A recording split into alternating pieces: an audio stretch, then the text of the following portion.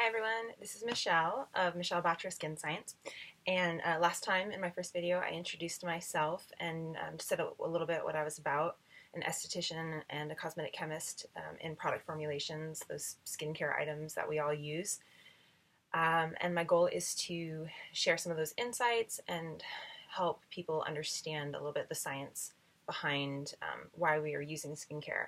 So today I thought I would talk about the essentials of skincare.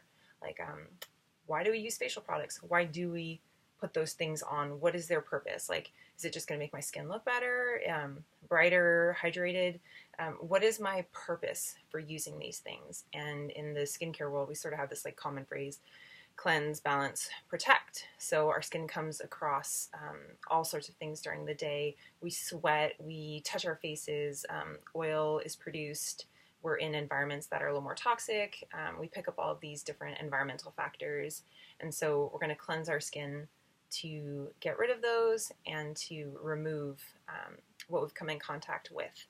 Not all cleansers are created equal, so there are ones that strip away from the skin, and then there are ones that are a little bit more gentle and help to balance our skin. And one of the first things I see with people, if they're using a really harsh cleanser, if they're just using soap in the shower and sort of scrubbing their face down, it can tend to leave the skin more compromised. So in that phrase, cleanse, balance, and protect, we're not trying to just get rid of. Like if you are trying to cleanse your skin, or say you have acne, and you want to not have that oiliness, that greasy feel, and you continue to strip away the skin, it's going to leave it in a more compromised state if we don't add back in what was taken away. So we deplete, we remove, and then we replenish the skin so it can repair itself. With our cleanser, we want that to reflect it. So depending on your skin type, you're going to pick a cleanser that's going to accomplish your goal of cleansing, but also not paring down the skin so much, using something like a really harsh glycolic acid or salicylic acid when your skin is already sensitive isn't doing the trick. So we need to figure out how to balance that. We can talk more about it in the future. I just wanted to give a little blurb and insight into the start of what a cleanser does. Next, to balance, we want to restore the skin's pH balance and like put back all of those nutrients that it's missing. So if we're in an environment where it's pulling away, like we're in air conditioning, we're out in the sun all day, we've lost vitamins, antioxidants, that sort of thing, we need to add that back to the skin so it has the ability to heal itself. And that is why we use varying products, like not just a cream, slap it on my face and it sits on top and isn't actually doing anything. It's sort of occluding the skin. I'm going to layer my molecules. So with skincare, I always layer molecules from the smallest to the largest. I cleanse, and then I use a toner, like if it's a hydration spray. Most people, pretty much everyone, can benefit from a hydration spray that's like non-alcohol based. And then I'm going to put on a serum, something like hydration serum with hyaluronic acid, one of my favorite ingredients. I love it in everything. I use it every day.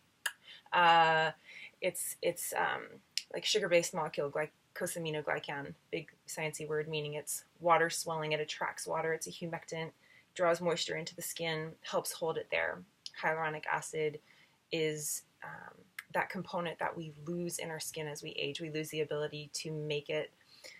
So like all those fillers that people get, the Restylane, the Juvederm in their lips and their faces, is hyaluronic acid based components of that, and it plumps and swells and gives us that youthful look again.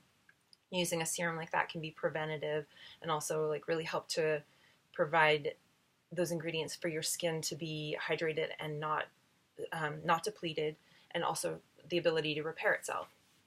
And then I continue with like a lightweight cream during the day, as opposed to a heavy cream, since I'll be active and I don't want to sweat and like have it just sit there, causing sitting on the skin and being more occlusive rather than going in and hydrating. And ending with SPF, always with the SPF.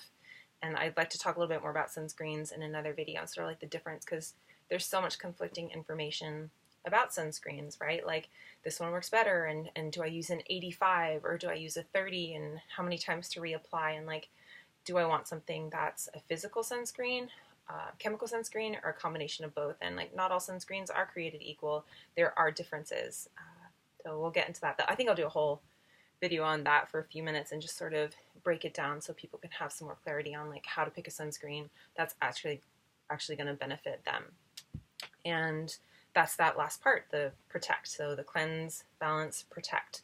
We want to create a barrier for our skin against environmental factors, UV radiation, that all of those components that like penetrate the skin and create damage, right? Like UV damage breaks down DNA, causes situations with the skin, like people who have a tendency towards skin cancer. Like using sunscreen is your greatest defense against that. It's also your greatest defense against aging, because the sun ages us. It provides life and it ages us.